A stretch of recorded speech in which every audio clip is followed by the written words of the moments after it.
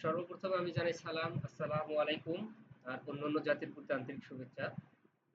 তো আজকে আমাদের থিওরি ক্লাসের ৩য় নাম্বার ক্লাস, তাই না? আজকে আমাদের ৩য় নাম্বার ক্লাস। তো ৩য় নাম্বার ক্লাসে আমরা যে আলোচনাগুলো করব,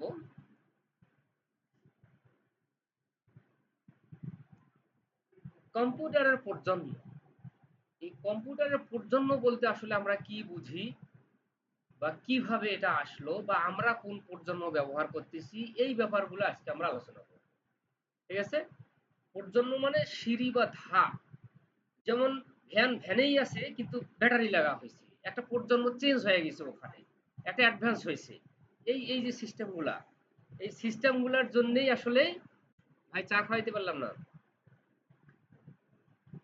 তো যাই হোক, এই কম্পিউটারের প্রজন্ম আমরা আজকে জানবো যে কম্পিউটারের প্রজন্মটা কি দেখা যাচ্ছে ওখানে। এইখানে বলছে অধুনা বিশ্বের অত্যাচার্য আবিষ্কার কম্পিউটারটি প্রথমবারই মানে একবারই যে আমাদের হাতে এসে পৌঁছেছে এমনটা কিন্তু নয়। এটা বিভিন্ন ধরনের সংস্কার, বিভিন্ন ধরনের পরিবর্তন, বিভিন্ন ধরনের আপডেট, বিভিন্ন ধরনের সংযোজন, বিয়োজন, অনেক কিছু করার পর কিন্তু আমরা এই কম্পিউটারটা, এইরকম কম্পিউটারটা হাতে পাইছি, কি তাই না? আমরা যে একদিনে এরকম এত উন্নত মানের কম্পিউটার পাইছি এটা কিন্তু কখনো বলা যাবে না। কেন? আমরা কখনো কল্পনাই করিনি যে আমাদের হাতে মোবাইল আসবে। আমরা কি কল্পনা করছিলাম কখনো? বিশেষ করে যখন ৬ সাল ৭ সাল, যখন যখন আমি ইন্টার পাস করি ৬ সালে, তখন দেখা যাচ্ছে যে মানে মোবাইল একটা কি যেন একটা দুর্লভ একটা বস্তু হয়ে গেছে। হ্যাঁ? তারপরে আরো যদি পূর্বে যাই, দেখা যায় ৪ সাল বা ৫ সাল ৩ সাল, তখন তো ১৫ টাকা ২০ টাকা মিনিট কথা বলা মোবাইলে। এবং ২ পক্ষেরই টাকা কাটতো। মানে যে কল দিছে তারও টাকা কাটবে, আবার যে রিসিভ করছে তারও টাকা কাটবে। তাহলে ওই সময়কে আমরা কি কখনো চিন্তা করছিলাম যে আমাদের মোবাইল হাতে আসবে? কম্পিউটার তো কল্পনাই করি নাই, কি? তারপরে যখন ৭ সালে আবার কম্পিউটার শিখি, তখন কম্পিউটার নাড়িয়ে গেলে ভয় লাগতো যে আসলে এটা কি জিনিস। হ্যাঁ, একটা ভয় লাগতো, মানে তখন কিন্তু কল্পনা করিনি যে আমি একটা ট্রেনিং সেন্টার দেবো। এটা কিন্তু আমি কখনো চিন্তাই করিনি যে এইভাবে আমার আমার ট্রেনিং সেন্টারের বয়স এখন ১৩ বছর, কি? তো যাই হোক, আমি যে জিনিসটা বুঝাইতে চাচ্ছি সেটা হচ্ছে যে একদিনই যে এইভাবে আমাদের হাতে এসে পৌঁছেছে এই কম্পিউটারগুলা, তা কিন্তু নয়, কি? এটা ধীরে ধীরে পরিবর্তন হয়েই চলে আসছে। এখন আমরা কোন পর্যন্ত ব্যবহার করতেছি, আমরা কোথায় আছি, এই ব্যাপারগুলো আজকে আমরা জানব। তো এইখানে বলতেছে চার্লস ব্যাবেজের অ্যানালিটিক্যাল ইঞ্জিন আবিষ্কারের পর বিখ্যাত ইংরেজ কবি লর্ড কি বাইরের সুযোগ্য কন্যা লেডি অ্যাডো আগাস্টা বাইরন উক্ত অ্যানালিটিক্যাল ইঞ্জিনের জন্য প্রোগ্রাম রচনা করেন। মানে ঘটনা হয়েছে কি, এই কম্পিউটারগুলোর এত উন্নত হওয়ার মূল কারণটা হচ্ছে প্রোগ্রাম তৈরি করা। প্রোগ্রাম তো আমি বুঝাইছি, কি প্রোগ্রাম কি বুঝাইছি না? প্রোগ্রাম বুঝাইছি না গত ক্লাসে? তো এই প্রোগ্রামটা আবিষ্কার করার কারণে কম্পিউটারগুলো কিন্তু এত উন্নত হইতেই আছে শুধু খালি প্রোগ্রামগুলা আবিষ্কার করার কারণে। তো এটা প্রথম কে আবিষ্কার করছিল? এই যে অ্যাডো আগাস্টা বাইরন, একটা মেয়ে মানুষ, প্রথম প্রোগ্রাম রচনা করছিল। লর্ড বায়রনও বলে সংক্ষেপে। তো যাই হোক, এই প্রোগ্রাম রচনা করার ফলে কিন্তু এই কম্পিউটারগুলার পরিবর্তন আসা শুরু হয়েছে। তো এখানে বলছে প্রথম প্রজন্ম, ফার্স্ট জেনারেশন। এই ফার্স্ট জেনারেশনটা কি? অ্যাপল কম্পিউটারের প্রতিষ্ঠাতা স্টিভ জবস ও বিনিয়োগকারী মার্কুলা ৫০-এর দশকের কম্পিউটারকে, ৫০-এর দশকের মানে এই ধর যে ১৯৫০ সাল, ৬০ সাল, ৪৫ সাল এর মধ্যেই আর কি। কম্পিউটার কিন্তু বাহির হওয়ার বেশি দিন হচ্ছে না, খুব বেশি দিন কিন্তু হচ্ছে না। তো যাই হোক, এই সময় এই যে ১৯৪০, ৪৫, ৫০, ৬০ এর মধ্যেই যে কম্পিউটারগুলো চলছিল ওগুলো হচ্ছে প্রথম প্রজন্মের কম্পিউটার। এই প্রথম প্রজন্মের কম্পিউটারে ছিল ভ্যাকুম টিউব। ভ্যাকুম আছে, হ্যাঁ, টিভিতেও ভ্যাকুম টিউব আছে। এই ভ্যাকুম টিউবটা থাকার কারণে কি হইতো, খরচ অনেক বেশি হইতো, বিদ্যুৎ বিল বেশি হইতো, গরম হইতো। ভ্যাকুয়াম টিউব কি জানা আছে কারো? সেটা ঠিক আছে, কিন্তু ওটার প্রধান বৈশিষ্ট্যটা কি? হ্যাঁ, সেটা ঠিক আছে, কিন্তু আরো আছে ওর। ওকে চিনা যাবে বায়ু শূন্য টিউব। ভ্যাকুয়াম টিউব মানে বায়ু শূন্য টিউব, ওর ভিতরে কোনো বাতাস নেই, বায়ু শূন্য টিউব।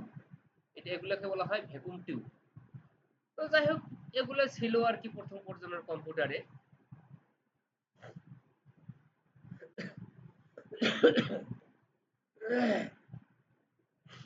তো যাই হোক, এগুলো ওই ব্যাখ্যাগুলো আসতেছে যে কম্পিউটার, প্রথম পর্যায়ের কম্পিউটারের কয়েকটা নাম, এই যে আইবিএম, যেটা international business machine, 704, 650, mark two, mark three ইত্যাদি ছিল প্রথম প্রজন্মের কম্পিউটার। এবার হচ্ছে কি সেকেন্ড জেনারেশন। সেকেন্ড জেনারেশনের কম্পিউটার গুলা কি? এখানে বলা হয়েছে 1948 সালে ট্রানজিস্টর আবিষ্কৃত হওয়ার পর কম্পিউটার প্রযুক্তির জন্য এক নতুন সম্ভাবনার দিগন্ত উন্মোচিত হয়। অর্থাৎ ভাল্ব বা ভ্যাকুয়াম টিউবের পরিবর্তে ট্রানজিস্টর আবিষ্কার হয়েছে। এই ট্রানজিস্টর আবিষ্কার হওয়ার কারণে ওই প্রজন্মটা শেষ হয়ে গেছে। ভ্যাকুয়াম টিউবের প্রজন্ম শেষ যখন থেকে ট্রানজিস্টর আবিষ্কার হয়েছে। তো এই ট্রানজিস্টর আবিষ্কার হওয়ার কারণেই কম্পিউটার অনেক ছোট হয়ে গেছে, কাজের গতি বাড়ি গেছে। তো এই যে ট্রানজিস্টর যখন থেকে আবিষ্কার হয়েছে, তখন থেকে যে কম্পিউটারগুলো ট্রানজিস্টর লাগা আছে, সেই কম্পিউটারগুলো হচ্ছে দ্বিতীয় প্রজন্মের কম্পিউটার। কথা ক্লিয়ার? তাহলে একটু খালি মনে রাখবে যে প্রথম প্রজন্মের কম্পিউটার হচ্ছে ভ্যাকুয়াম টিউব, আর দ্বিতীয় প্রজন্মের কম্পিউটারে ট্রানজিস্টর। এটা কি মনে থাকবে না? এটা মনে থাকবে না? এখন আমরা এইখানে বলছে দ্বিতীয় প্রজন্মের কম্পিউটার সাধারণত এই যে 1964 সালে বাজারজাত করা শুরু করে আর কি। কত সালে? 1964 সাল থেকে আর কি এর বাজারজাত শুরু হয় এই দ্বিতীয় প্রজন্মের কম্পিউটার। ঠিক আছে? তো যাই হোক, এখানে অনেক কিছু ব্যাখ্যা আছে, ব্যাখ্যা বিশ্লেষণ আছে। আমরা এত কিছু জানার দরকার নেই আমাদের এই 6 মাসের কোর্সে। তারপর আমরা যে গল্পটা আমি করতেছি, এই গল্পটা অনেকটা মনে রাখলেই অনেক কিছু মনে থাকবে। আরে আমি তো এর আগেও বলছি যে থিওরি ক্লাস, ধারাবাহিকভাবে ক্লাসগুলো করলেই অনেকগুলো প্রশ্নের উত্তর দেওয়া যাবে চাকরির পরীক্ষায়, ভাইবা পরীক্ষায়, সরকারি পরীক্ষায়। হ্যাঁ, খালি একটু সুন্দরভাবে মনে রাখার লাগবে পয়েন্টগুলা। তো যাক, দ্বিতীয় প্রজন্মের কম্পিউটার চলে গেল। এবার আছে থার্ড জেনারেশন। এখানে 60-এর বলছে কি 60-এর দশকের মাঝামাঝি মনোলিথিক ইন্টিগ্রেটেড সার্কিট বা মাইক ব্যবহার করে আইবিএম তৃতীয় প্রজন্মের কম্পিউটার প্রযুক্তির পরিবর্তন হয়। তাহলে কি বলছে এখানে যে তৃতীয় প্রজন্মের কম্পিউটারে কি আবিষ্কার হয়েছে? MIC, monolithic integrated circuit, MIC শব্দের অর্থ। তার মানে অনেকগুলা সার্কিটের সমন্বিত একখানে যে লাগা থাকে, ওই জায়গাটার নাম হচ্ছে মাইক। কথা ক্লিয়ার? তাহলে এই তৃতীয় প্রজন্মের কম্পিউটারে মাইক আবিষ্কার হওয়ার কারণে, ওগুলো তো আছেই, ওই ট্রানজিস্টর ওগুলো তো আছেই, তার মধ্যে কি হলো আবার মাইক আবিষ্কার হয়েছে, মনোলিথিক ইন্টিগ্রেটেড সার্কিট। তো এটা আবিষ্কার হওয়ার কারণে এই ধরনের কম্পিউটার গুলো হচ্ছে কোন প্রজন্মের কম্পিউটার? তৃতীয় প্রজন্মের কম্পিউটার। ঠিক আছে? এটা হচ্ছে তৃতীয় প্রজন্মের কম্পিউটার। এখানে আরো কিছু ব্যাখ্যা আসতেছে যে ফলে কম্পিউটারের আকার আরো ছোট হয়ে আসে, দাম কম হয়ে যায়, বিদ্যুৎ খরচ কমে যায়, কাজের গতি বহুগুণে বৃদ্ধি পায়, কাজের নির্ভরশীলতা বাড়ে। শুধু তাই নয়, সম্মিলিত সার্কিটের দ্রুত উন্নয়নের এক পর্যায়ে সম্পূর্ণ কেন্দ্রীয় প্রক্রিয়াকরণ ইউনিট একটি মাত্র চিপে ধারণ করা সম্ভব হয়। মানে সিপিইউ যেটাকে আমরা বলে থাকি, প্রসেসর। এই মাইক আবিষ্কার হওয়ার কারণে ওই জিনিসটাকে এক জায়গায় আহ, স্থান করা সম্ভব হয়েছে। নাহলে আগে দেখা যাচ্ছে এক একটা জিনিসের এক এক রকম কাজ, এক এক জায়গায় সেটিং। হ্যাঁ। তো যাই হোক, এই মাইক আবিষ্কার ফলে যে কম্পিউটার গুলো আবিষ্কার হয়েছে, এগুলো হচ্ছে তৃতীয় প্রজন্মের কম্পিউটার। ঠিক আছে? এবার হচ্ছে চতুর্থ প্রজন্মের কম্পিউটার, এই চতুর্থ প্রজন্মের কম্পিউটার আসলে কোনগুলা? বর্তমানে আমরা যেসব কম্পিউটার ব্যবহার করছি এইসব কম্পিউটারই হচ্ছে চতুর্থ প্রজন্মের কম্পিউটার। তাহলে আমরা কোন প্রজন্মের কম্পিউটার ব্যবহার করতেছি? তাহলে চতুর্থ প্রজন্মের কম্পিউটার ব্যবহার করতেছি। এই চতুর্থ প্রজন্মের কম্পিউটারের পরিবর্তনটা কোথায় বা কিভাবে বুঝবো এটা চতুর্থ প্রজন্মের কম্পিউটার? এটা হচ্ছে প্রসেসর, যে কম্পিউটারগুলোতে লাগা থাকে প্রসেসর, আমি দেখাবো এগুলো হার্ডওয়্যার ক্লাসে, সমস্যা নাই। এই প্রসেসর এখন এই কম্পিউটার করতে লাগা আছে। প্রসেসর যখন থেকে আবিষ্কার হয়েছে 19৭ সালের পরেই, বাংলাদেশ স্বাধীনের মানে পরেই এই মানে এই যে প্রসেসর আবিষ্কার হয়েছে। আর এই প্রসেসর আবিষ্কার হওয়ার ফলে যে কম্পিউটারগুলো এখন চলতেছে এগুলো হচ্ছে কোন প্রজন্মের কম্পিউটার? চতুর্থ প্রজন্মের কম্পিউটার। তাহলে কয় প্রজন্ম আসছে কম্পিউটারের? যেহেতু আমরা ব্যবহার করতেছি চতুর্থ প্রজন্ম, তাই না? এটা প্রথম প্রজন্মে কি ছিল? Vacuum tube. দ্বিতীয় প্রজন্মে ট্রানজিস্টর। তৃতীয় প্রজন্মে মাইক বা মনোলিথিক ইন্টিগ্রেটেড সার্কিট। আর চতুর্থ প্রজন্মে প্রসেসর, যেটা আমরা ব্যবহার করতেছি যে কম্পিউটারগুলা। হ্যাঁ, তাহলে আমরা যে কম্পিউটারগুলো ব্যবহার করতেছি এগুলো কোন প্রজন্মের কম্পিউটার? চতুর্থ প্রজন্মের কম্পিউটার। তা ঠিক আছে, যাও। আচ্ছা ঠিক আছে।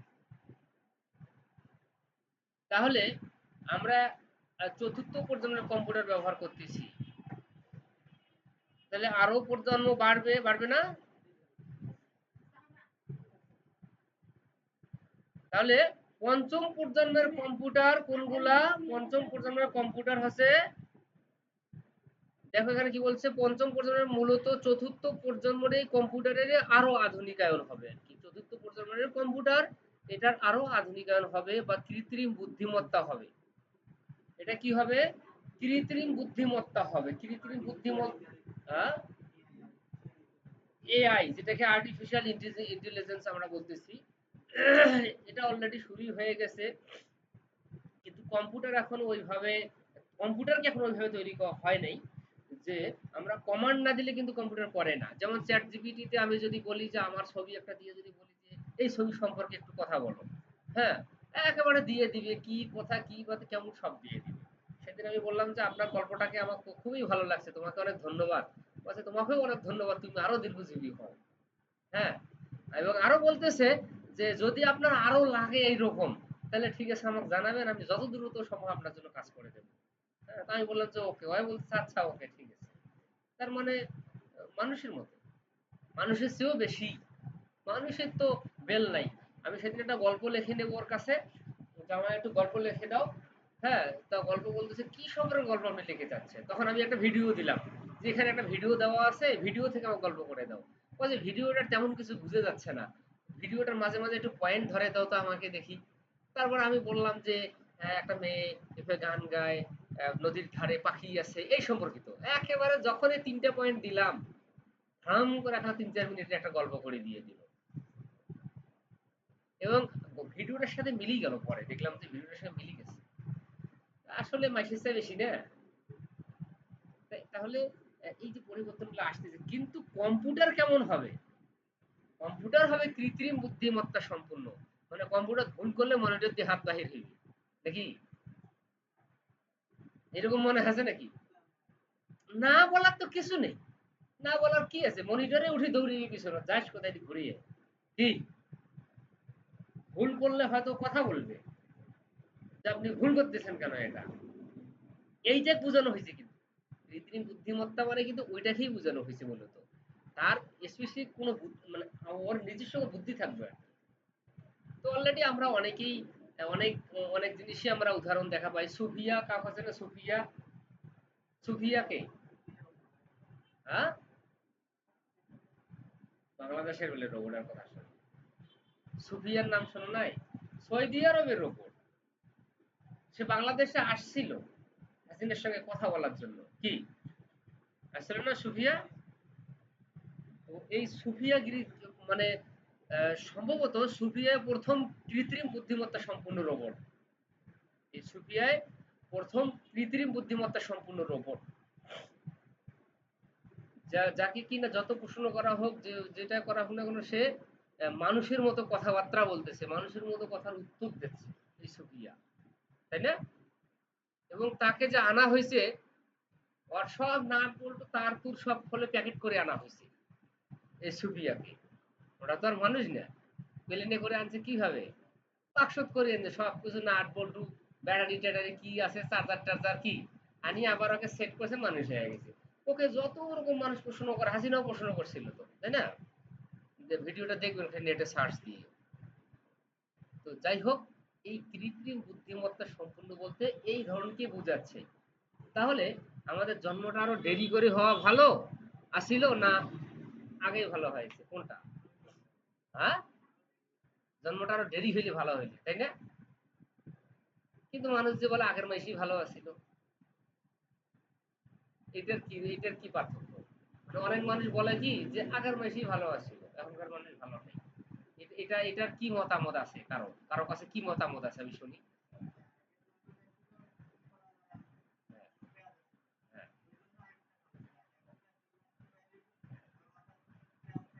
হ্যাঁ,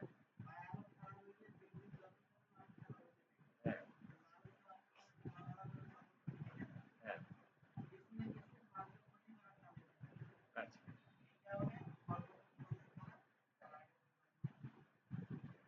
তাহলে একটু আগে যে বলা হইলো যে পরে জন্ম হইলে ভালো হইলে, হ্যাঁ, আচ্ছা, প্রযুক্তি যতই বাহির হচ্ছে, এটা তো খারাপের জন্য হচ্ছে না, আমি তো দেখি না, আমার দৃষ্টিতে আমি খারাপের জন্য তো দেখি না। তাহলে প্রযুক্তির কারণে জন্মটা পরে হোক আর অন্য কারণে আগে হোক, এটা কেমন একটা কথা? আসসালামু আলাইকুম। হ্যাঁ, তো প্রযুক্তি তো কখনো খারাপ কোনো কাজ করে না। ব্যাটারির চার্জার লাগা হয়েছে, ভালো হয়েছে তো মানুষের জন্য। কম্পিউটার আমরা হাতে পাইছি, বাড়িতে বসি গবেষণার কাজ করতেছি, চিন্তা ভাবনার কাজ করতেছি, চিকিৎসার কাজ করতেছি, কি করতেছি কিনা? তাহলে কোনটা দিক থেকে খারাপ হইলো? এখনকার মানুষ কুবুদ্ধি হচ্ছে, প্রযুক্তি তো বলে নাই যে আপনার মাথায় কুবুদ্ধি আসুক, কি বলছে? পিস্তল বানাইছে মানুষ, পিস্তল কি বলছে আমার মানুষের খুন কর বা মানুষের গুলি করো, কি? তাহলে তো সেই ক্ষেত্রে তো আমি মনে করি যে জন্ম দেরি হয় ভালো, আগের মানুষ ভালো ছিল না, কিসের ভালো ছিল? হ্যাঁ, আগের মানুষ, আমি এইটা বলবো খাওয়ানোর দিক থেকে ভালো ছিল। খাইছিল বড় বড় মাছ, কি অ্যাভেলেবেল মাছ, ঘাড়ত করে মাছ আনি খাইছে, 5 টাকা গরুর মাংস কেজি খাইছে, কি খায় আর সং মিঠাইছে আগের মানুষ। এই জন্য আগের মানুষ বাঁচি ছিল বেশি, কি? কিন্তু আগের মানুষ দিয়ে তো কিছুই হয়নি। এখনকার মানুষ একদিনে যে উপকারটা করে মানুষের, আগের মানুষ সে মানে জমি থেকেও ভাত পায়নি, কি? আগের মানুষ জমি থেকেও ভাত পায়নি, পাইছিল। এখনকার মানুষের জমি নেই তাও চলেছে, দিব্যি চলেছে, কি শান্তিতেই তাহলে আগের চেয়ে এখনই তো ভালো আমি মনে করি। কোন দিক থেকে আগের মানুষ ভালো আছিল? বরং আরো দেরিতে জন্ম হইলে আরো ভালো, কারণ আরো কত কি দেখা পাবো, কি পাইতাম না আরো, আরো কত কি দেখা পাইলাম হয়। আর আমি যদি মানে কিছুই দুনিয়াতে যদি কিছুই করতে না পারি, তাহলে 100 বছর বাঁচি লাভ আছে, কি?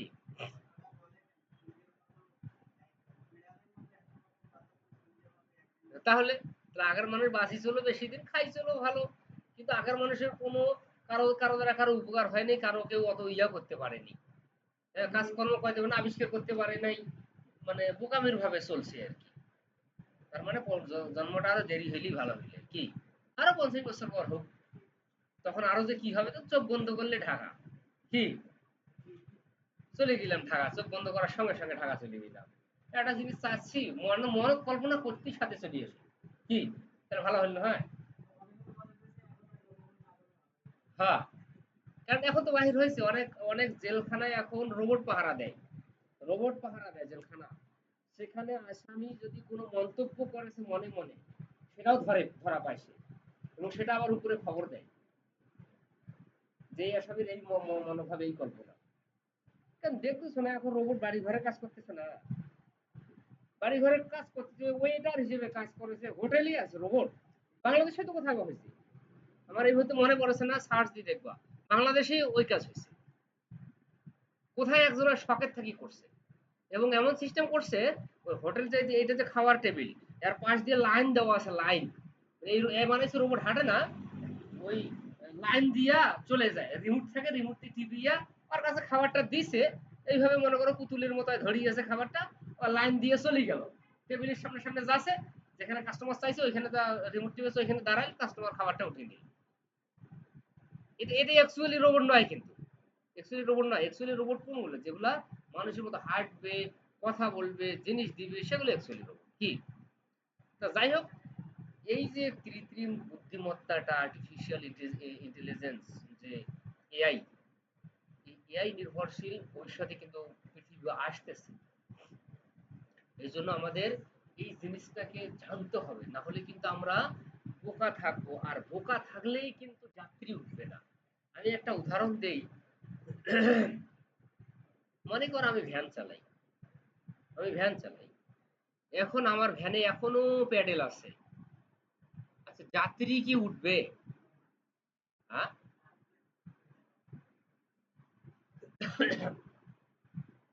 যাত্রী কিন্তু কখনো উঠার সম্ভাবনা নাই। কেন? কিন্তু এখানে একটা মজার বিষয় আছে, যাত্রী কিন্তু আমাকে কখনো বলবে না যে ভাই আপনার প্যাডেল, এই জন্য আপনার গাড়িতে উঠবো না। যাত্রী কি বলবে এই কথাটা? হ্যাঁ, মোটেই কিন্তু এই কথাটা বলবে না আমাকে।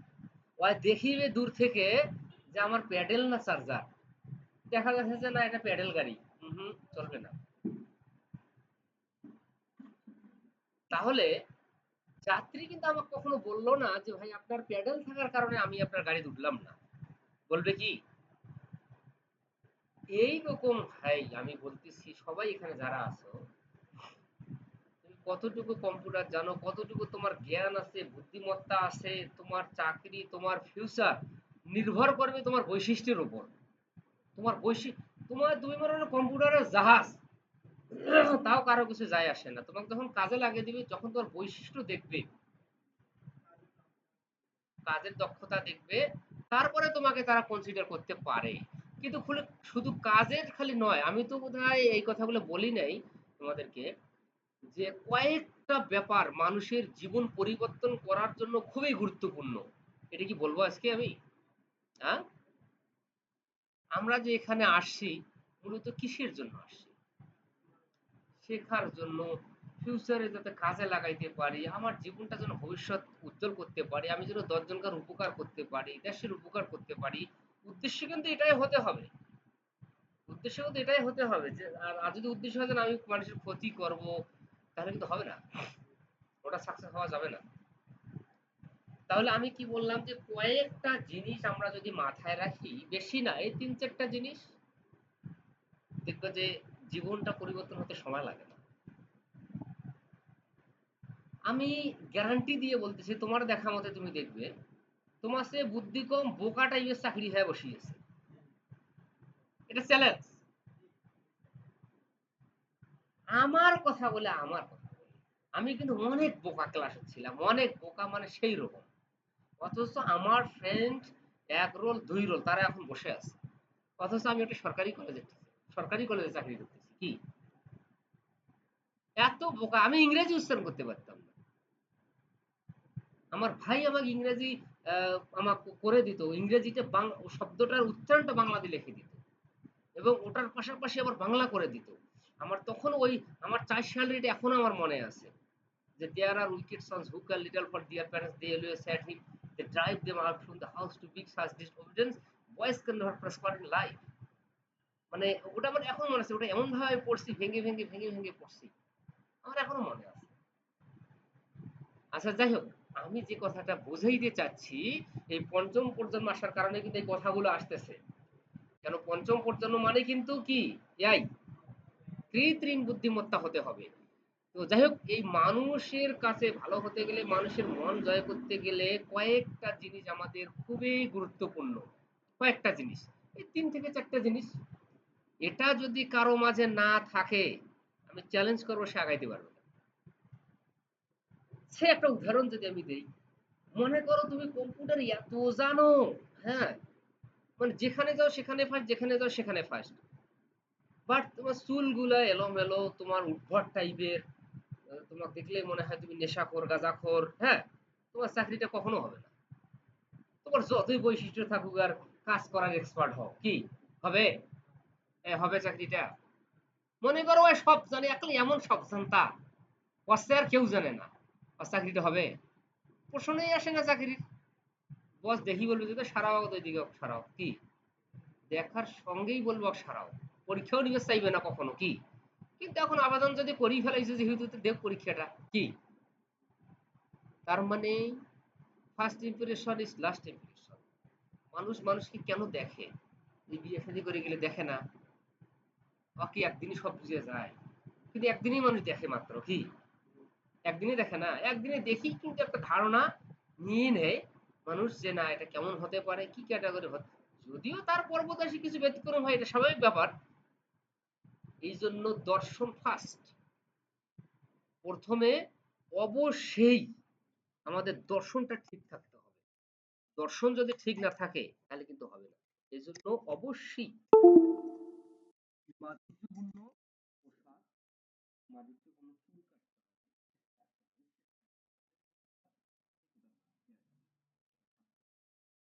না হলে কখনো কোথাও কিন্তু ছেড়ে দেওয়া যাবে না।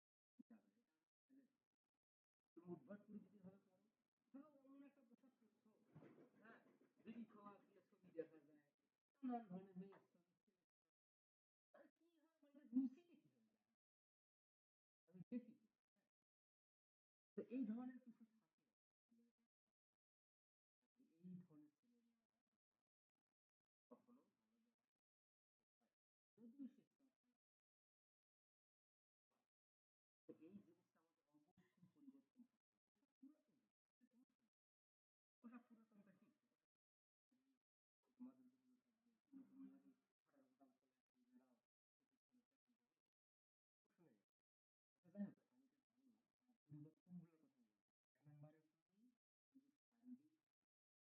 ফিলিং, এই দুটাকে বুঝাই। এই দুটো যখন ক্লিয়ার থাকবে,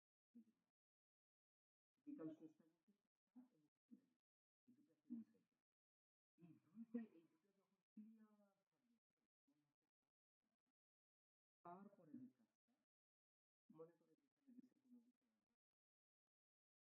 সেখানে কিছু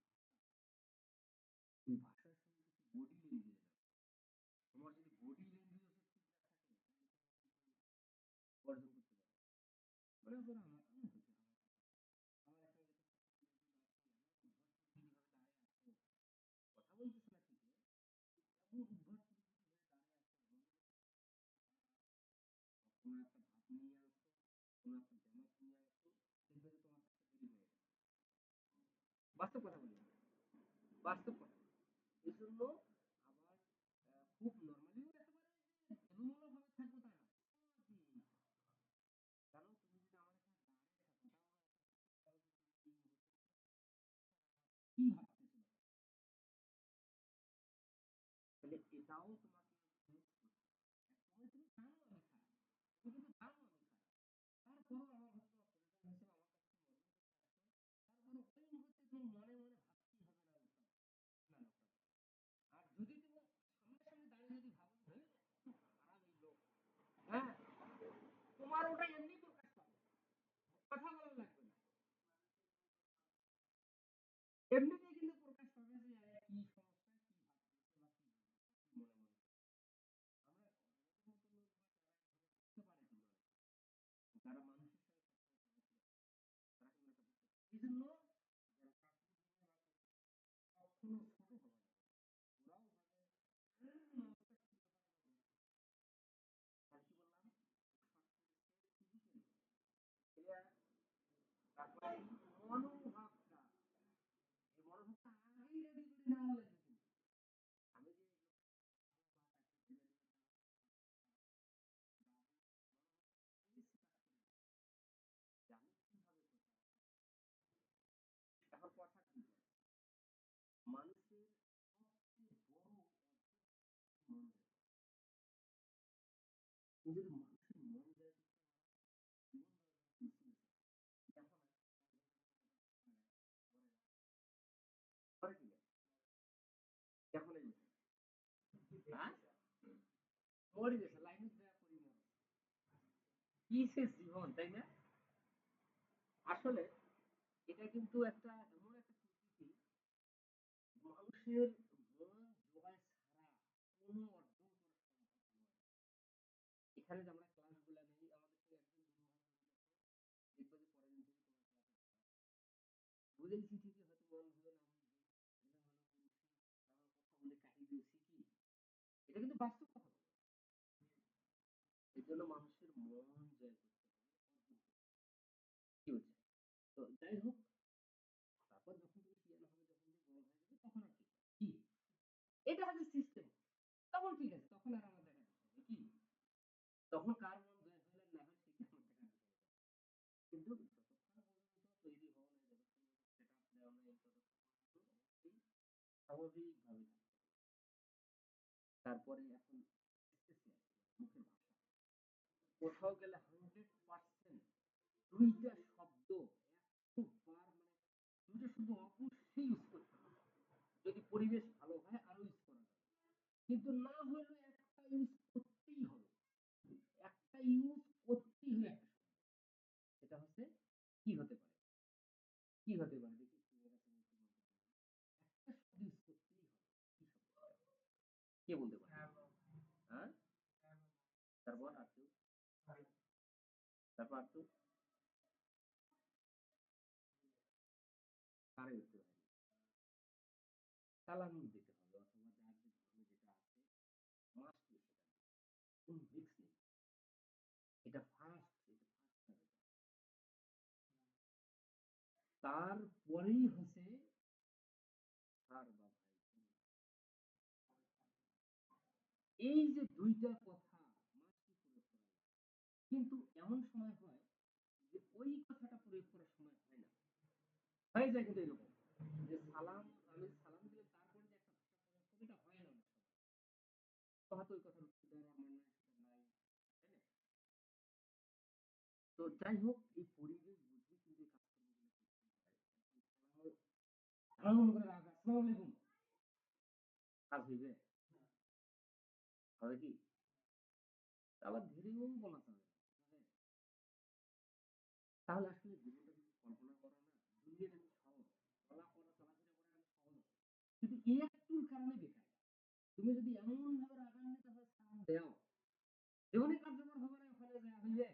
তারপরে তুমি যত মধু ঢালো, ঘুষ দাও আর যা দাও, আর কাজ হবে না। তুমি কিন্তু আর ম্যানেজ করতে পারবে না। ওই জায়গাটা যতক্ষণ পর্যন্ত থাকবে, ততক্ষণ পর্যন্ত তোমার সম্পর্কে খারাপ ধারণা চলতেই থাকবে। এই জন্য ফার্স্ট, তোমাকে ফার্স্টে গিয়ে অবশ্যই নরমাল, স্বাভাবিকভাবে তোমাকে তুমি জানো ও লোকটা খারাপ, তুমি জানো ওটা তোমার শত্রু, তারপরে তোমাকে এই দিকটা অবশ্যই ভালোভাবে বুঝে সুঝে, মানে বডি ল্যাঙ্গুয়েজে, ভাষার যে একটা সাউন্ড, একটা শব্দ, এটাও তোমাকে সেইভাবে ওখানে প্রয়োগ করতে হবে। এইটা শুধু। তারপরে সমস্যা হয় না কিন্তু। তারপরে যদি তোমার ভুল হয়ে যায়, তারপরে যদি তোমার কোনো কর্মকাণ্ড গন্ডগোল হচ্ছে, দেখবে যে অতটা সংঘর্ষ লাগবে না। তুমি যেখানে চাকরিও যদি করো, যা দেখবা যে প্রথমে যদি ওই কাজটাকে ম্যানেজ করতে পারো, সারাদিন তুমি মোটামুটি ভালোই আছো। ভুল হইলেও বস্তা সংশোধন করে দিবে। কিন্তু প্রথমে যায় যদি তুমি গন্ডগোল পাঠাও কোনো কাজে, দেখবে যে সারাদিন তোমার আর মন ওখানে নাই। তুমি ঠিকই নেই ওই জায়গাটা, সারাদিন তোমার সঙ্গে খালি সংঘর্ষই লাগে। তারপরে ভালো মন্দ জিজ্ঞেস করার পর যাবে, পরিবারের খবর নিতে পারো যদি সময় হয়, পরিবারের খবর নিতে পারো, নিজের শরীর স্বাস্থ্যের খবর নিতে পারো, যাবে। এটা আমি এটা কি জন্য বললাম কথাটা, মানে মানুষের মন জয় করা। পৃথিবীতে কেউ কখনো ১০০ সিয়ানা হয়ে আসেনি, কেউ পারবেও না এটা।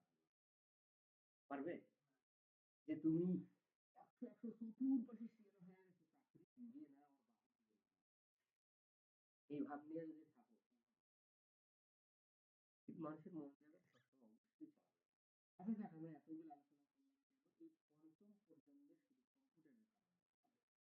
তাহলে এই বিশ্ব এমন ভাবে এগিয়ে যাচ্ছে, আমরা যদি এইভাবে না আগাই তাহলে আমরা পিছিয়ে থাকবো।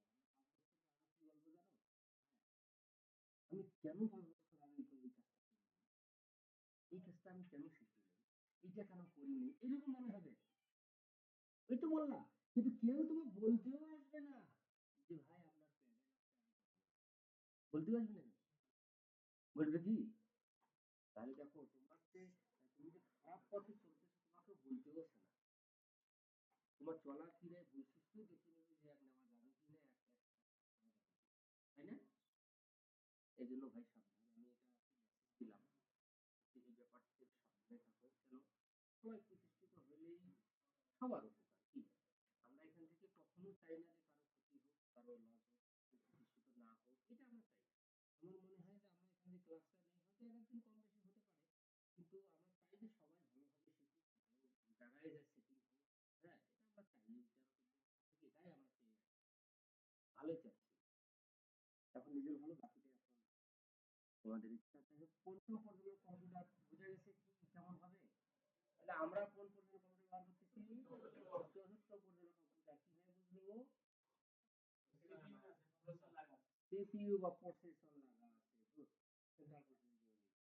পঞ্চম পর্যায়ে কম্পিউটার আসবে, এখন কবে আসবে এটা বলা যাচ্ছে না, কিন্তু বর্তমান যে লক্ষণগুলো কর্মকাণ্ডগুলো আমরা কিন্তু দেখতেছি, এটা কিন্তু পঞ্চম প্রজন্মেরই লক্ষণ একটা বোঝা যাচ্ছে, তাই না?